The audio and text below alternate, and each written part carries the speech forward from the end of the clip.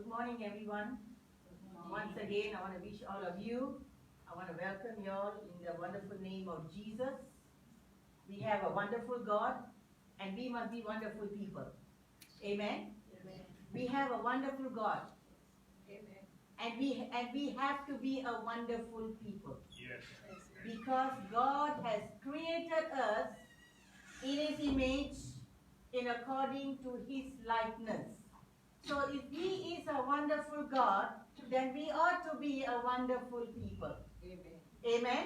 That should be the testimony of a Christian.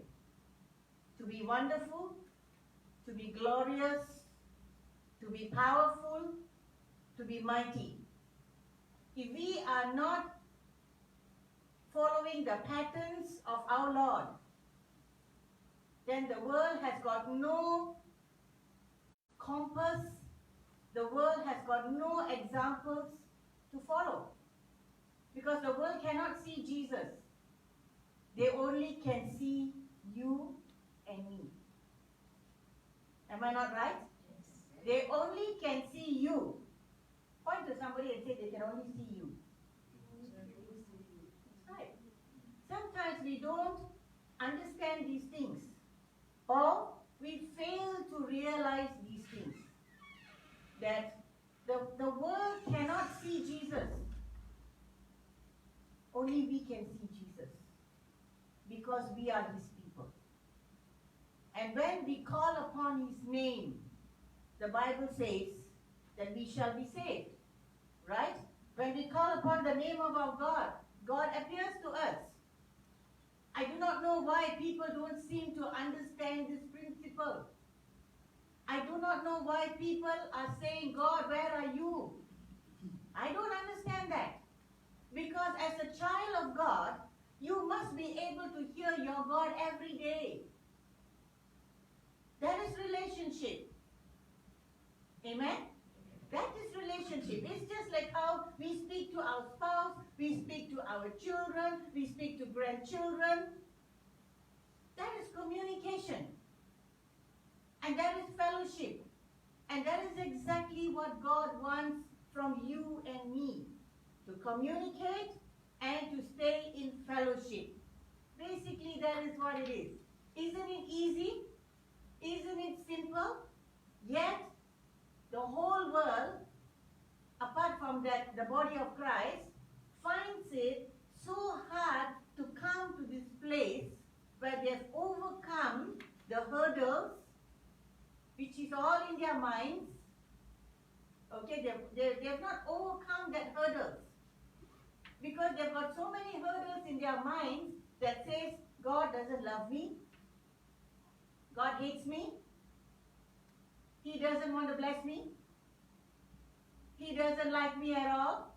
He's always putting me into trouble. All these hurdles. But this morning, I want to talk to you about this title called The Overcoming Place. Alright? The Overcoming Place. Now, do you know that King David was such a wonderful king, not because of the fact that he was the richest man at that time. Okay, King David was such a powerful man. Not because he was the most wealthiest man in the whole world at the time that he was living. King David was a powerful man because he had the revelation of the Lord. That is why he was powerful. Okay? And that is why the nations around Israel feared David. They were afraid. Because they knew that David had something that they didn't have. David had the Ark of the Covenant with him. And before he went into battle, he always went to God and said, Lord, should I go and attack the enemy? Should I do this? He always asked God these kind of things. You know why? Because when David sat in the pasture land as a shepherd boy, he had something in his hand. He had a harp. If You remember that? He was a person who played the harp. And while the sheep was grazing, he played the harp and sang to the Lord. He was in constant communion with his God. He was in constant fellowship with his God. In our time today, people don't even communicate to others. They're so caught up in their own world. Their world is their oyster. There are people like this. They just sit inside their oyster and they think that this is my world. I don't need to communicate to anyone. But you know what? God is saying to you, David communicated to me. And because he spoke to me, because he sang to me, because he spoke out, everything that he was in his heart and in his mind, God began to reveal to David about who he was. That's why communication is so important. I tell you this. And that is the reason why God has given you and me the power to communicate with our mouth, with our hands, with our legs. We can go and do many great things. We are communicating. God has given us the empowerment. And we should never forget that empowerment of God and take it for granted. When we fold up our arms and say, who am I? I don't need to do this, somebody else will do it. That somebody else will never come. Because God places specific roles, specific responsibilities in the lives of His people. When you don't do your specific responsibility, somebody else will not do it. Because God has ordained that job for you. Just like how He ordained that job for David to sing at that place in the pasture lands with his harp to communicate to Him. And one day when David was doing this, David had a revelation of the Christ. Do you know that? Do you all know that David actually had a revelation about Christ even before Christ came into the world? Do you all know that? How did he have that revelation? One day when he was sitting with his harp, one day when he was talking to God, the Lord said to David, you know where we find that? In Psalms 110. You have your Bibles, you go to Psalms, the book of Psalms, 110 verse 1. David wrote and said, the Lord said to my Lord, sit at my right hand till I make your enemies your footstool. Somebody will be saying, which Lord said to which Lord? Right? If someone doesn't understand, they will say that. Which Lord said to which Lord? But it was the Father who was speaking to His Son. The Father was speaking to the Christ. He said, sit at my right hand so that I will make your enemies your footstool. You know what? Sometimes we don't understand what is this meaning of this footstool. Do you all know that, those days we had a little stool. We can use the stool to climb, to reach for something. Or we don't want to sit on a chair, we can sit on the little wooden stool. That is the footstool. Okay? And in those days, it was a practice. Okay, why did David say such a thing? Okay, the Bible never writes anything that we cannot understand. Alright, there's always a meaning to that word that is written in the Word of God. Okay? Now, what does it mean when you say the footstool? Now, the footstool is something that happened in those days. When the kings went and conquered a nation, they will put their feet on the neck of their enemy. That is what happened those days. Okay? So the conquering king, that means the king who was victorious, will put his on the neck of the one who has been defeated. So that is what it meant. Okay? So this is exactly how it was in the practice of those days. They call it the near far east. Okay, that was the practice. So David had a revelation about that practice because he lived during those times. Okay, he lived during those times. Right?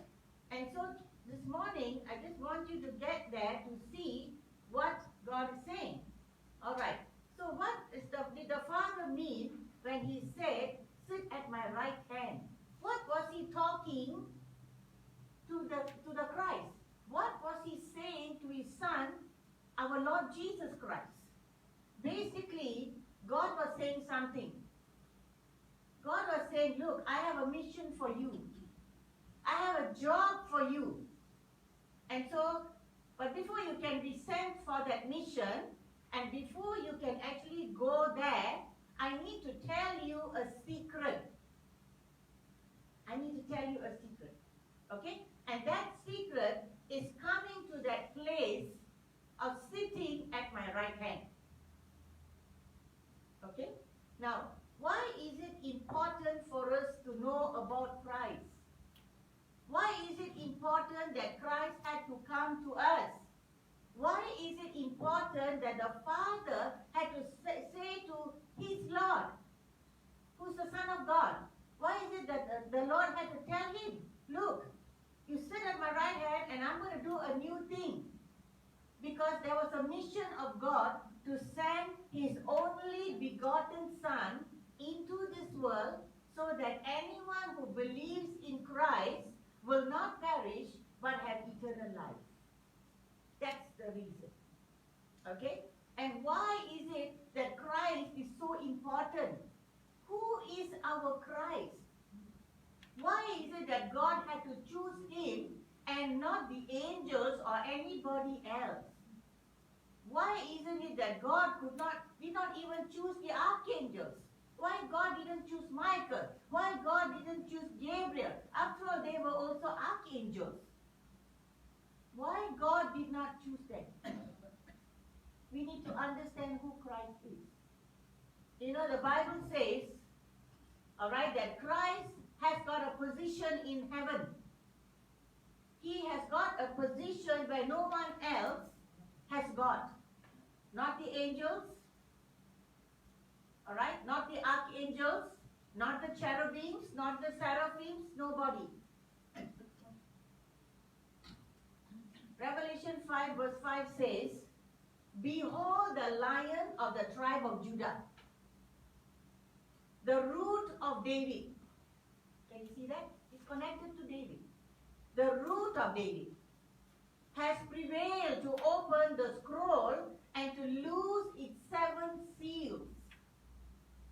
You know, in those days, the scrolls, if you look when you read the Old Testament, you will understand that the scroll was always read in the synagogues or in the temple of God.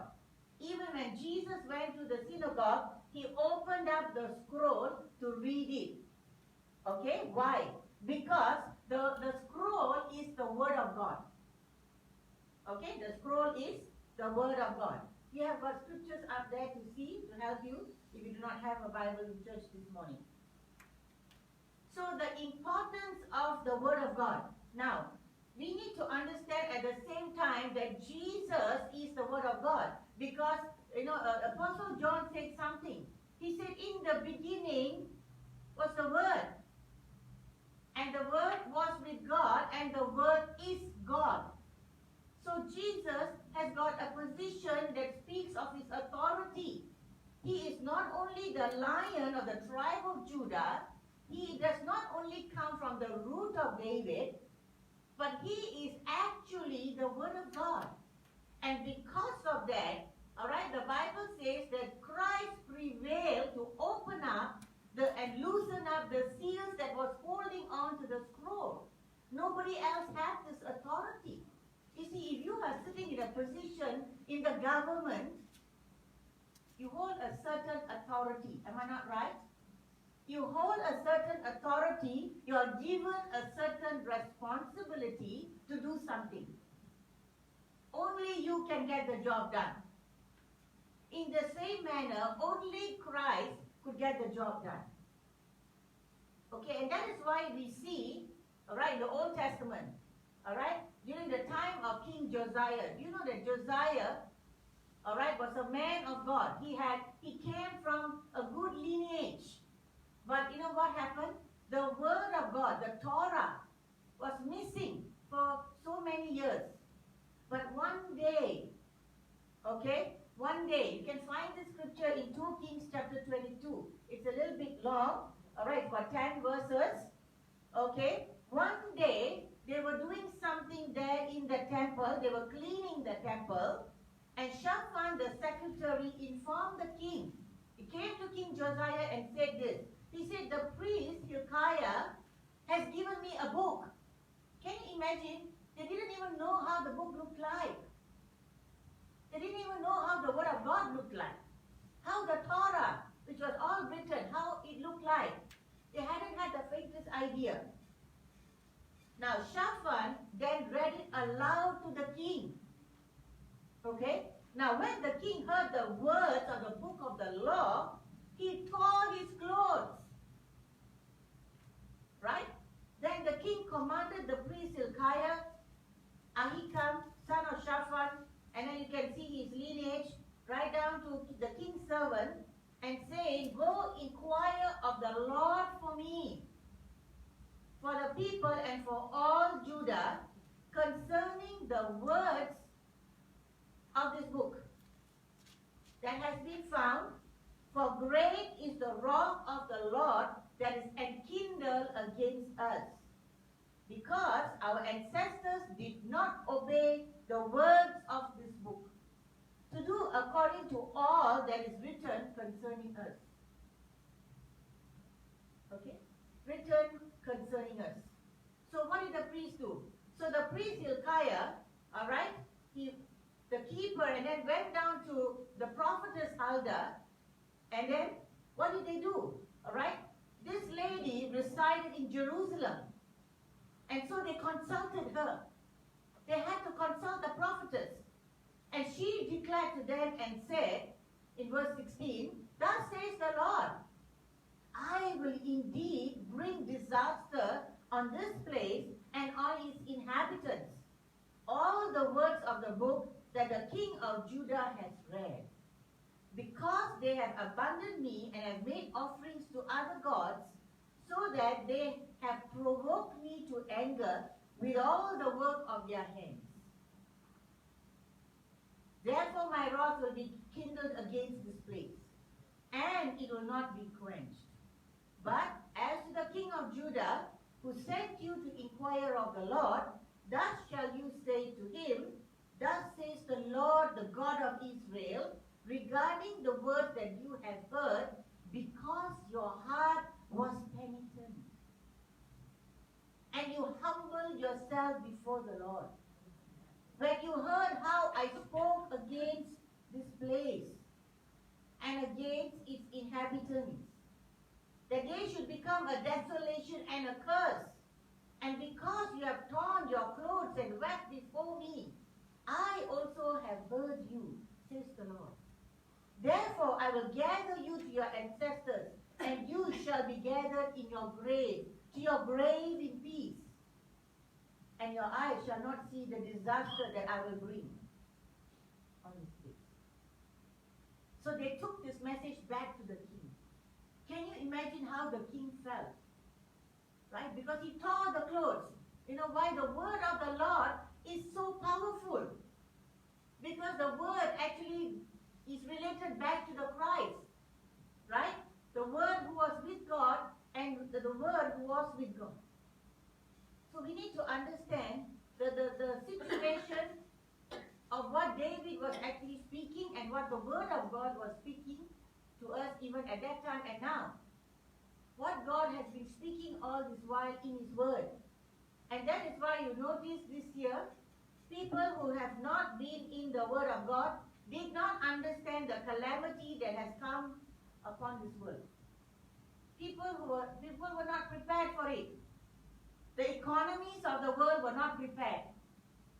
right? The financiers in this world was not prepared because they're not connected to God. But the people of God who are like Josiah, right, who read the word, who go before him, who study the word, they are the ones who have their ears open to the voice of the Holy Spirit. And that it is the Spirit of God who prompts us. That is why reading the word of God is so important, right? And Jesus gives us a clue in his word because he is the word of God.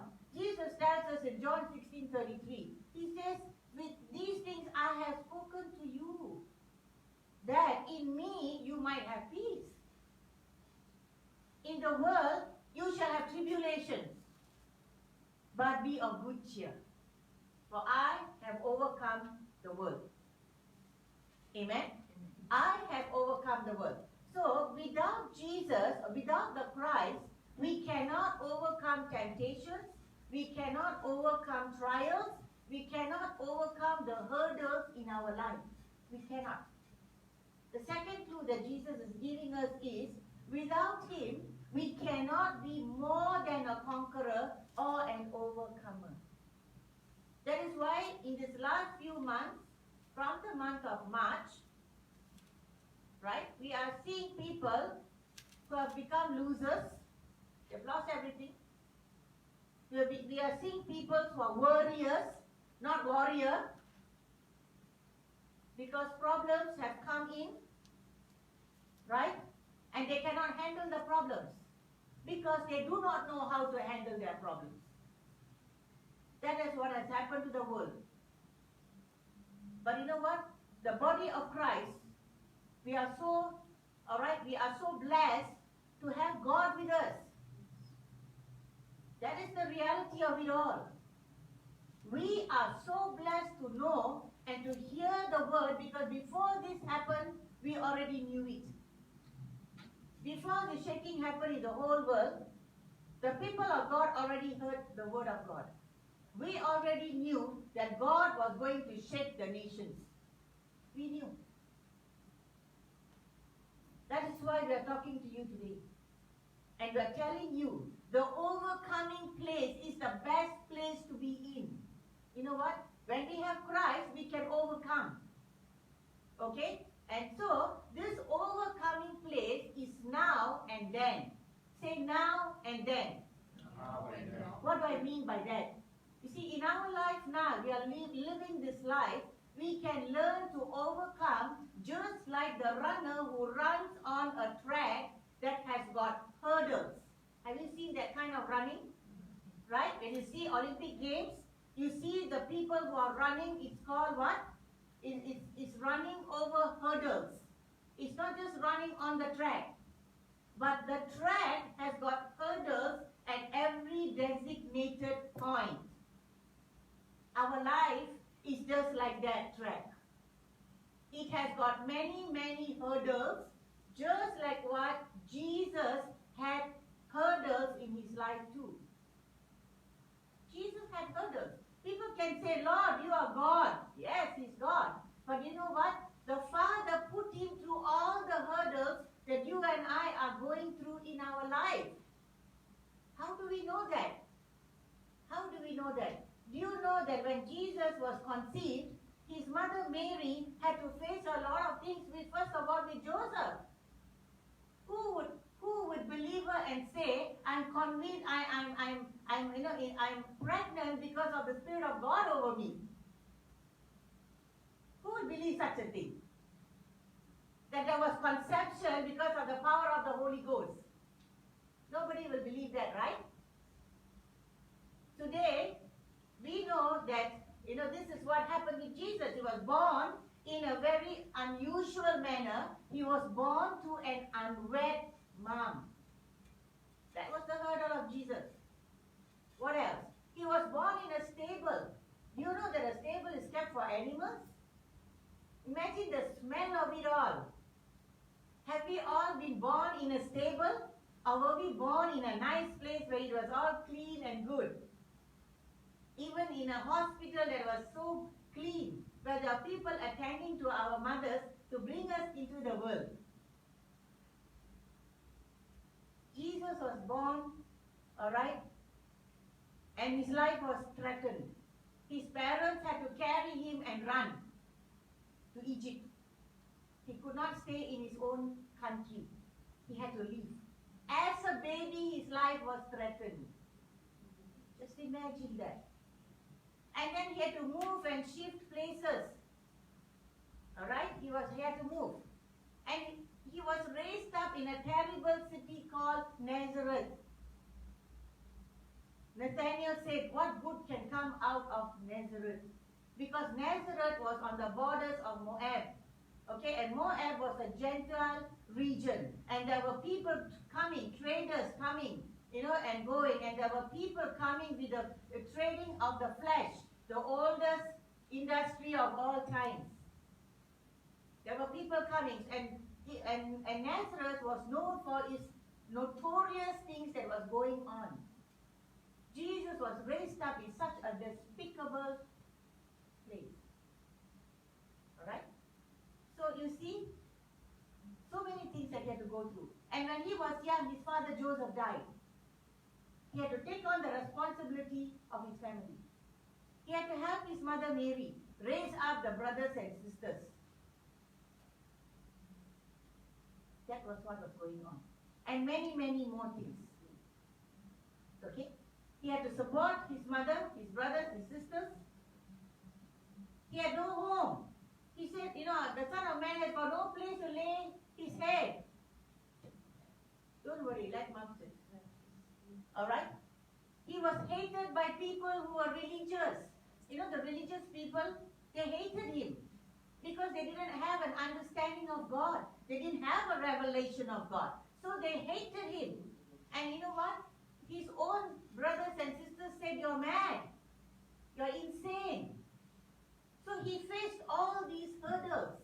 And in fact, they said, you know what? You're demon possessed. You've got the spirit of Beelzebub, and that is how you're casting out demons from other people. So these are many things. He was even opposed by his own family.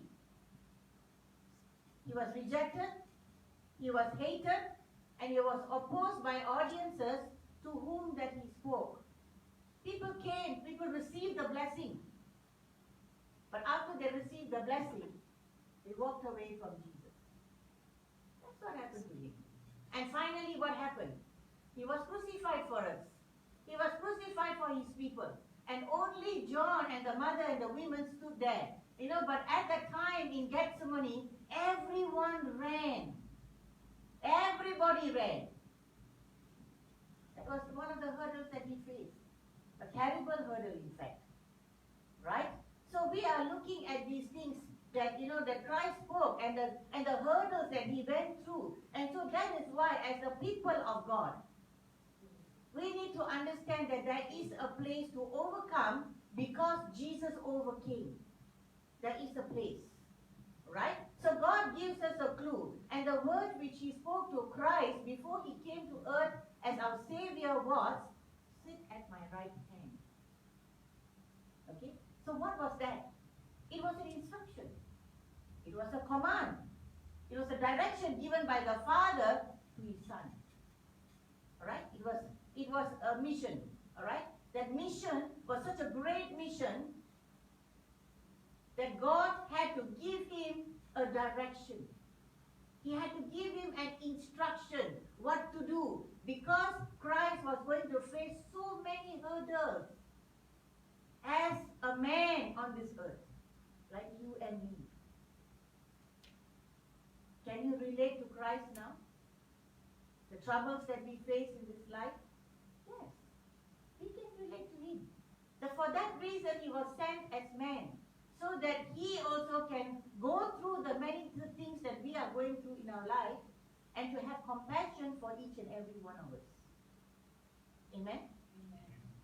So there was an instruction and God prepared Christ for that mission because he knew that the mission of salvation was a very difficult mission. We all know it. We have seen it, we have watched movies, we have seen the cruelty of it all, to be crucified by the Romans on a cross. You have seen it. It's meeting death on the cross. even though he was without sin. Okay? And that is why Paul speaks to us in Philippians chapter 2. Right? Paul gives us a word in Philippians chapter 2, verses 5 to 8. He says, let this mind be in you, which was also in Christ Jesus, who being in the form of God, thought it not robbery to be equal with God, but made himself of no reputation, and took upon him the form of a servant, and was made in the likeness of men. And being found in fashion as a man, he humbled himself and became obedient unto death, even death on the cross. Okay, even death on the cross. So what does it mean to sit at the right hand? What did God mean by this special place, the right hand of God? Alright, the right hand of God is an exclusive place. It is only reserved for those who will take time.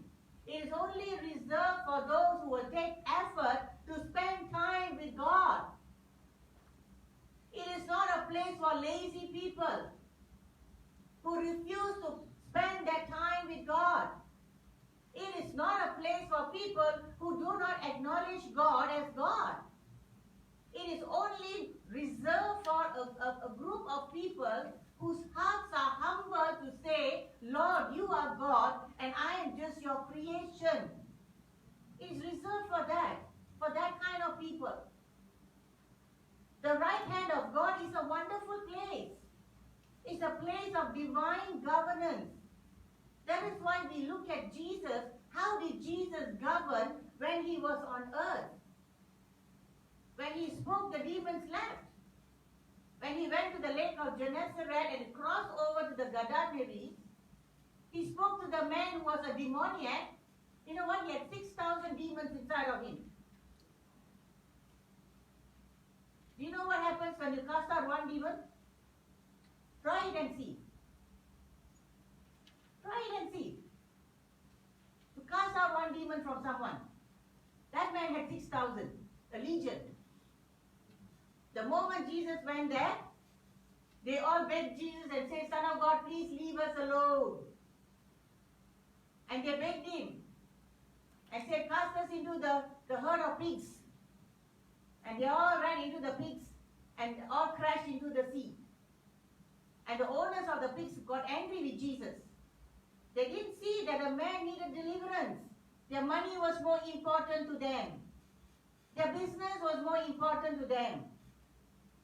They didn't see that such a great work was done in that land. That this man was bound with chains, was now released. They didn't rejoice as a city for that man, their brethren. But they said, we lost our business. Money. Money-mindedness. Worshipping mammon. That's what happened. But you know what? Jesus didn't care. Because he was in that right place, sitting at the right hand of God. Right? He was in a place of divine governance where even the demons could not even say anything to him. In fact, they trembled when they saw the Son of God. The right hand of God is a place of authority. It's a place of supreme dominion. It's a place of rulership where we are able to rule and reign on this earth. It's a place of elevation and glorification. In other words, it's a grand place of majesty. It's a grand place of glory, of honor, of righteousness, of holiness. That's the place. If you look at Jesus, that is what he was. His majesty. He's the glory of our God. Amen? Amen. He's the glory of our God. And all honor goes to him. In fact, he's the righteousness of our God. And he's the epitome of holiness. But today, the church does not understand these things. The church wants a shortcut all the time. Because they are in what we call an instant mode. Like instant drinks, instant coffee, instant tea. 3 in 1. Milk, sugar, and coffee or tea. Right? They always want that instant. You know what? You cannot get to know God in an instant mode. You have to take time. That's why, we look at how David said in Psalm 23. He said, the Lord is my shepherd.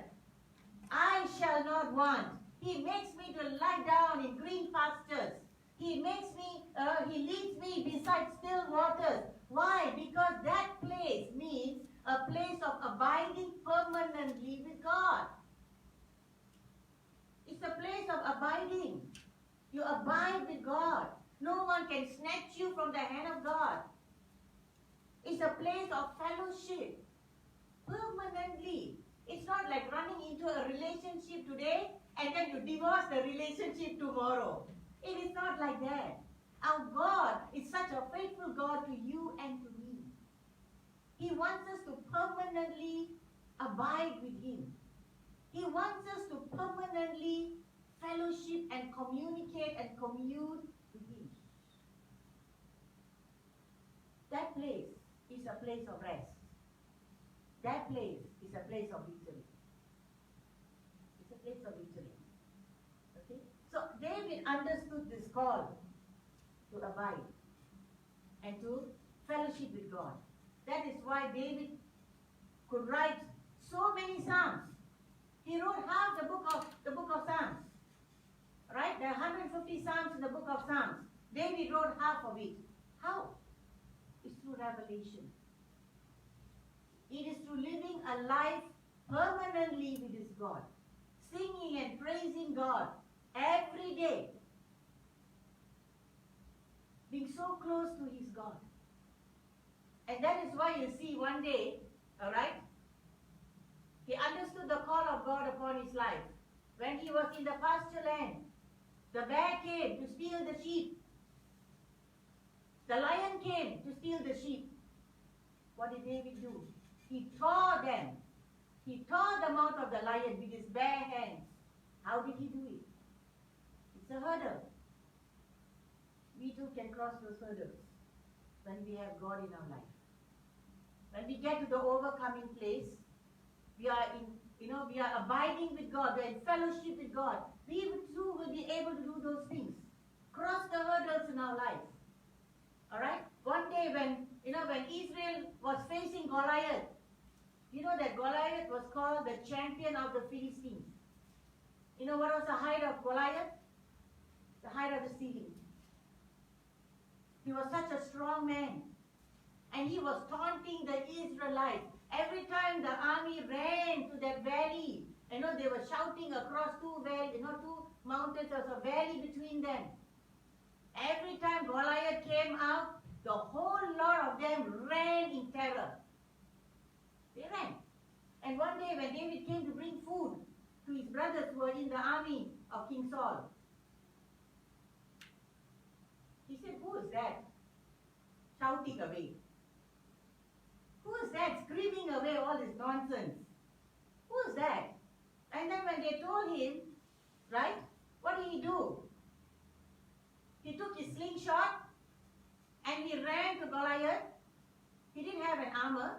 His armor was God. He threw the slingshot and he hit Goliath in the forehead and Goliath came down. And then he stood on top of Goliath, took out the sword of Goliath and chopped off the head of Goliath. He slew him. And David was just a 17-year-old boy. It doesn't take age to do great and mighty things for the Lord. That's right. It doesn't take age.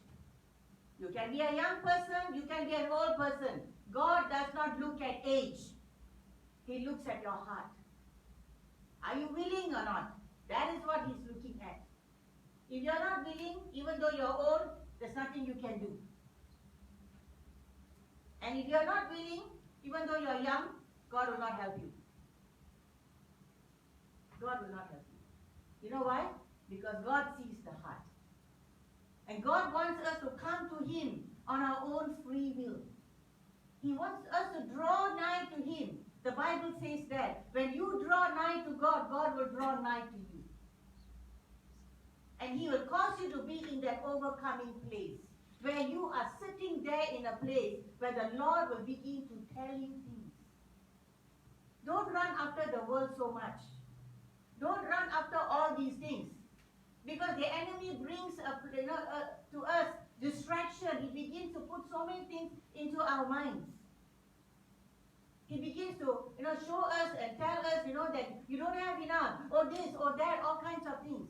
But when you begin to go to your God, you're sitting in that place of governance. You're sitting in that place of dominion. God will begin to raise you up. God will begin to elevate you. God will give you dominion over those matters. When you begin to pray and you take authority and slay those Goliaths in your life, you are already sitting and operating in that overcoming place. Amen? Now, how can you sit like Jesus did? How can you do it? Number one, Jesus said in John 10:27-30, "My sheep listen to my voice. I know them, and they follow me. I give them eternal life, and they shall never perish. No one will snatch them out of my hand. My Father, who has given them to me, is greater than all. No one can snatch them out of my Father's hand. I and the Father are one." So, the first thing that we ought to do is to listen to the voice of the shepherd, because we are his sheep. Right? We are his sheep. Now, why must we listen to the voice of the shepherd? Because Jesus had three kinds of spirit in him. He had the prevailing spirit. Alright? The spirit to overcome. He had that spirit. It was a champion spirit. He had power, he had love, and a sound mind. He had power, he had love, and a sound mind. That's how he prevailed to open the scrolls. Number two, he had a humbling spirit. We see it when he washed the feet of his disciples. You know how dirty those feet were? It's like, when you go to the Middle East, you wear sandals and you walk there. The feet is all covered with all dust. In fact, not only the feet, from the head to the foot, you're covered in dust. But Jesus washed their feet. And he took out his robe and left it aside. He took the towel that was with him and began to wash the feet of his disciples. We got to wash each other's feet. You know what's the meaning of washing each other's feet? Not literally washing the feet. Can be, but it is actually helping one another, raising up each other, not in a condemning spirit, not operating by the spirit of the world, but by the spirit of Christ.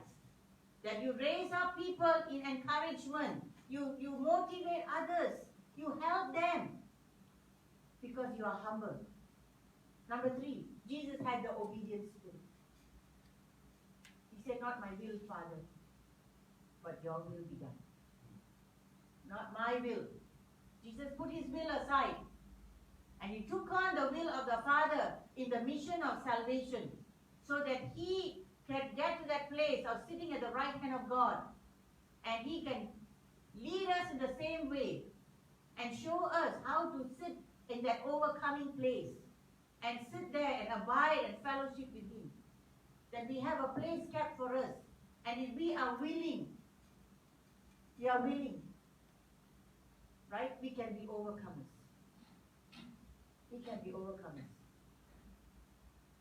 People have forgotten the Lord today. The world has forgotten God. The world has forgotten its maker. That is why so many things had to happen. But you know what? God loves his people. Never forget that. God loves you. And that is why he sent his only begotten Son into this world to save you and to cause you to come to that place where you can be in that place to enjoy the fellowship of God. Right? But the world is thriving on its own plans. The world is thriving on its own purposes. People are thriving on their own plans without even asking God. How will it work? Let me throw that question to you today. If we are doing something without asking God, it will not work. If we are doing something on our own mindset, our own desire, it will not work. Okay? That is why Jesus said some things to some people. Alright? He spoke to the young ruler. The young ruler said, Lord, I want to follow you. But Jesus said, you know what? You go and take everything and sell it off and follow me. Is Jesus saying that we should live a poverty life? No. What was Jesus trying to tell him? He said, there's a place for you to overcome. Overcome the love of money, which is the root of all evil. Overcome that love for money, for wealth, for bigger, this, that, everything. Overcome that, because there is a place. There's a place that I'm taking you to one day. The overcoming place in heaven. Where you're going to sit with me, you're going to live with me, you're going to do all these things. You're going to live with me forever. But you need to overcome here on earth first. If you don't overcome, you cannot come to that place. Amen? If you don't overcome, you cannot come there. And that is why today, when the world has forgotten all these things, alright, and making their own plans to live, they forget one day they have to go back to their maker. There's a place of returning. But when we return, we need to know that our place is kept there for us. Where we have finally overcome, and now we have gone to that place where it is reserved for us because we ran the race, we ran over the hurdles. We jumped over the hurdles, not on our own strength. But we ran and we jumped on the strength of God. Amen? The strength of God. So no matter how rich, no matter how poor, every soul has to return to God one day. Every soul has got to return. And that is why God allowed this major shaking to take place this year. God allowed it. You know why? Because He loves us. Even though we see in the natural it has happened to the hands of evil men, right? Nothing escapes the eyes of our God. Nothing. God allowed it for a greater purpose. God allowed it because He loves you, He loves me, He loves the world that He created. He loves the people whom He has created. He loves them. He doesn't want anyone to perish. But it's sad, people are only seeking bright lights, just like how the wife of Lot, she cannot turn back from Sodom and Gomorrah. She kept on looking, even though God came to rescue. He sent 2 angels to rescue them from Sodom and Gomorrah. As she was running, she kept looking back. She kept running, she kept looking back. Her heart was there. Where's your heart today? Where is your heart today? Ask yourself. I'm going to bring this message to a close in 2 minutes. Where is your heart today? So Jesus said something. He said, where your heart is, that's where your treasure is. If your heart is in money and this and that and everything, you're running everywhere, that's where your treasure is. But if your heart is with God, He knows how to bring the blessings. He knows how to bless you. He knows how to provide. He knows.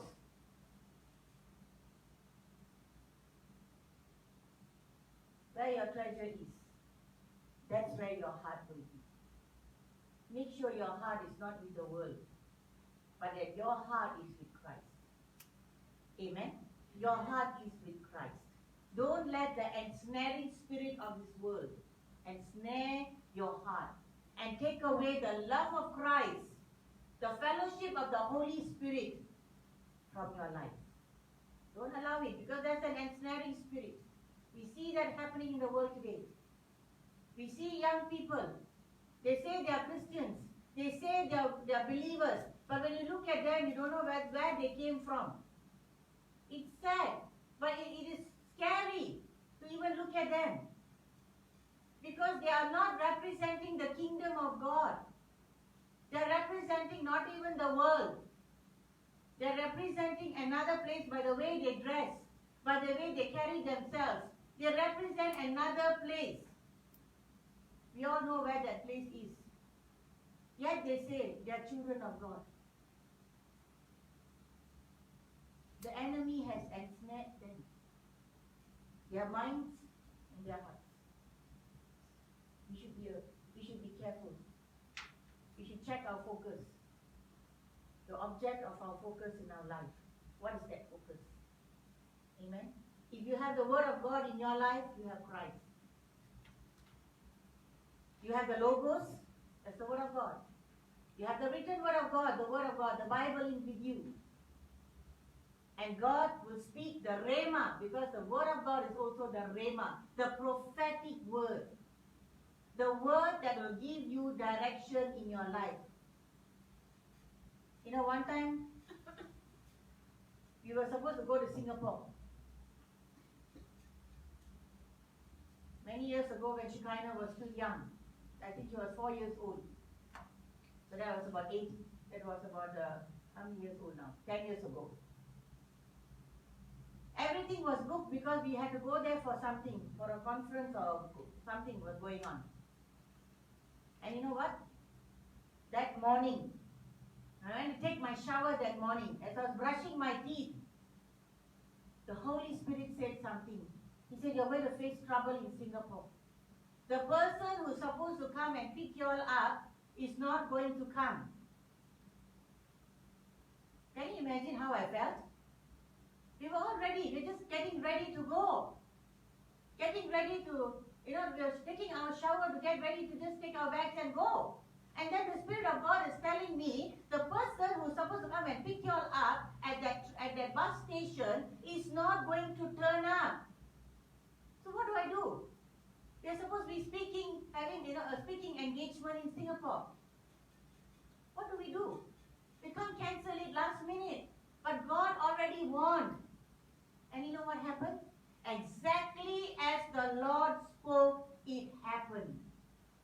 That person did not turn up. We had to wait with a 4-year-old child. We didn't know where to go, where to meet up. Alright, because we had already made an arrangement with that person to meet at a particular station. And when the person didn't turn up, we thought that we would probably misheard it. We misheard. Maybe this is not the place that we are supposed to be in. So we took the train and then we went somewhere else, thinking that maybe we should try and get closer to the person's house. But the person did not pick up their calls. Can you imagine that? The phone was ringing but it never picked up. We were near their house. That is the Rhema word of God. That God gives us a clue about what is going to happen. He tells us what is going to happen. He communicates to us and say, hey, this is what you're going to face. This is what you're going to face. That is the Rhema word of God. God is saying to us today, come to that overcoming place. Be more than a conqueror with me. Let me lead your life. And let me be more than a conqueror with you in my life. Let me help you to be that conqueror, as how I was a conqueror. That's the words of Jesus to us today. Come to me, all you who are weary and heavy laden. I'll give you rest. The rest is the overcoming place. Again and again, God is speaking this word. Come to me, all you who are weary. If you are weary this morning, understand that there is a God there in our lives who's a faithful God. If you have been struggling with so many things, Now is the time to get to the overcoming place. Get into that place. Sit at the right hand of Jesus. So that because he sits at the right hand of God, indirectly you are sitting at the right hand of God. Amen. We're bringing this service to a close, this message to a close. We want to thank all those who are online with us. We will see you next week. Let's rise up to our feet, people of God.